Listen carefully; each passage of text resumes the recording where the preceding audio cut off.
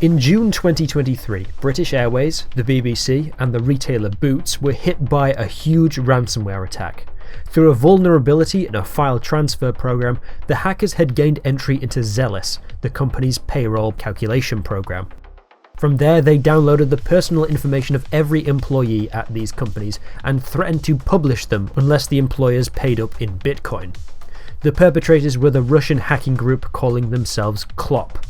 On their website, they openly encouraged its victims to negotiate. Some of them diligently paid the ransom and their details were erased. The rest of the website is a graveyard of companies who failed to cough up. Attacks like these have grown in number since the start of the war in Ukraine, and one might pin the blame on the Russian government, but at the bottom of the website they have included a small disclaimer. We have never attacked hospitals, orphanage, nursing homes, charitable foundations, and we will not. If you are a government, city or police service, do not worry, we erased all your data. We have no interest in exposing such information. At face value, it might appear like these criminals are just playing the role of charming thieves. Professionals have standards. But look inside and you'll find an even more fascinating nebula of criminal activity.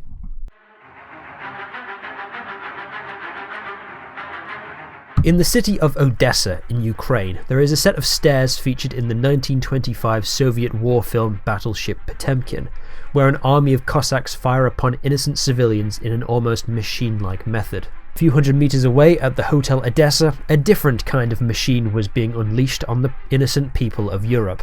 In 2002, the world's first, and probably only, public, published, authorized Conference of Criminals. The Worldwide Carders Conference was a meeting of 400 criminals from all over the world, but they weren't your average street gangs or Italian mafia. They were hackers from the emerging world of digital fraud. The convener was Ukrainian amateur radio operator Roman Stefanenko, who would later be sentenced to 18 years in a US prison for over 40 counts of credit card fraud. Over the 4-day conference, these criminals openly discussed various ways to defraud people and broker deals with stolen information. Stefanenko acted as the mediator, the escrow who guaranteed the deals would go through. Hackers and fraudsters would steal credit cards and personal information and send them to Stefanenko, while those who wanted to buy the information sent him payments in the form of e-gold, a kind of early Bitcoin. Stefanenko would then test the stolen cards to prove they were legit, withdrawing a few $1,000s from an ATM, and satisfied, he would then pass the cards and the e-gold along to each group. How did the conference get away with such egregious activity in broad daylight?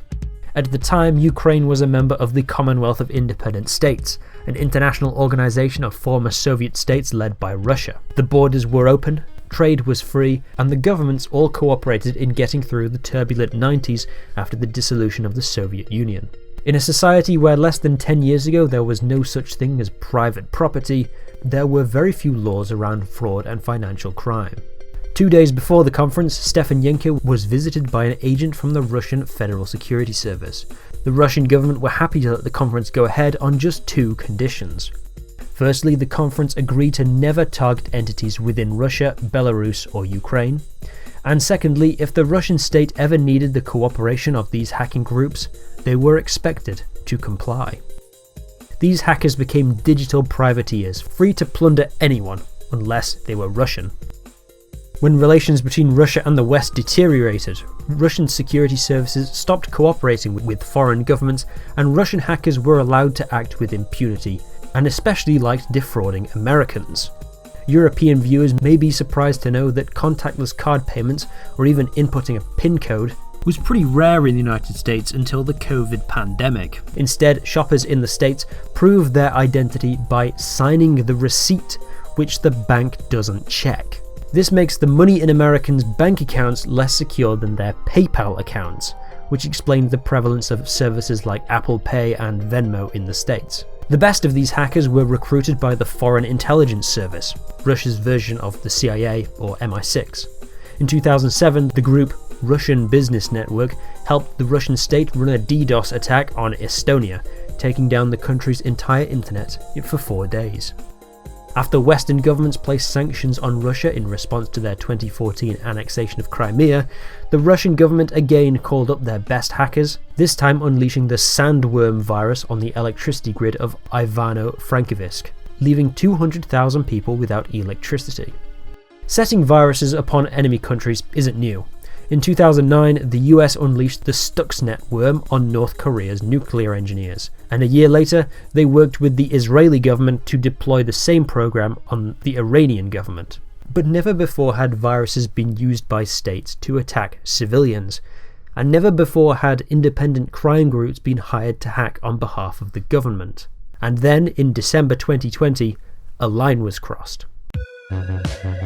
First, the group Cozy Bear gained access to SolarWinds, a company hosting the information of 300,000 companies and organizations, including the US Treasury. Second, the group DarkSide targeted a ransomware attack against Colonial Pipeline, a company that supplies half of all the oil needs for the east coast of the USA. This was an attack on American national infrastructure, and according to the Biden administration, was unacceptable. At a summit in Geneva, Biden presented Putin with a list of 16 red lines, 16 sectors where any and all Russian criminal attacks would be considered a declaration of war.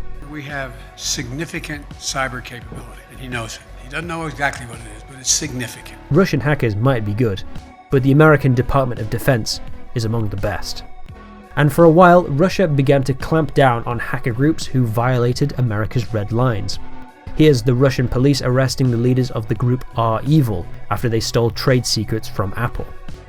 This is why Clop refuses to steal from governments, police, hospitals, and charities. But it's not the end of our worries. With the advent of Russia's war against Ukraine, digital attacks have ramped up against Europe's poorest country. But they can take it.